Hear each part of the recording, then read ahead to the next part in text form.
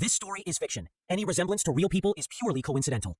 Congresswoman Nancy Peloti had the kind of smile that sold hope and deception in equal measure.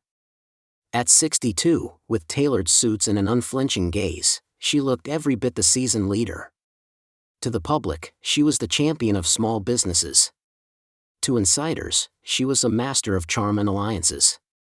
Her district adored her, never knowing she spent most of her time in D.C., hosting lobbyists and messaging her financial advisor, Paul Marston.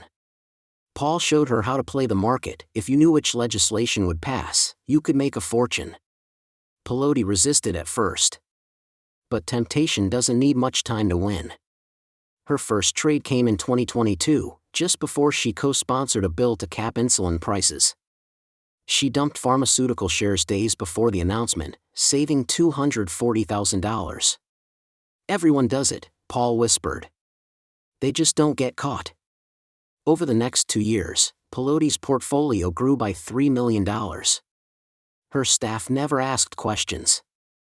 Her constituents only saw ribbon cuttings and speeches.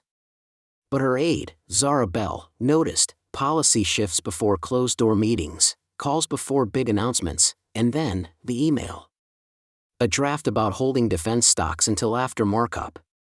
Zara screenshotted it and began collecting evidence. In March 2025, ProPublica published Profit and Power: The Secret Trades of Congresswoman Peloti. The story tied suspicious trades to Marston. Forensics confirmed the link. The SEC and DOJ launched investigations. Peloti denied everything. "This is a politically motivated hit job."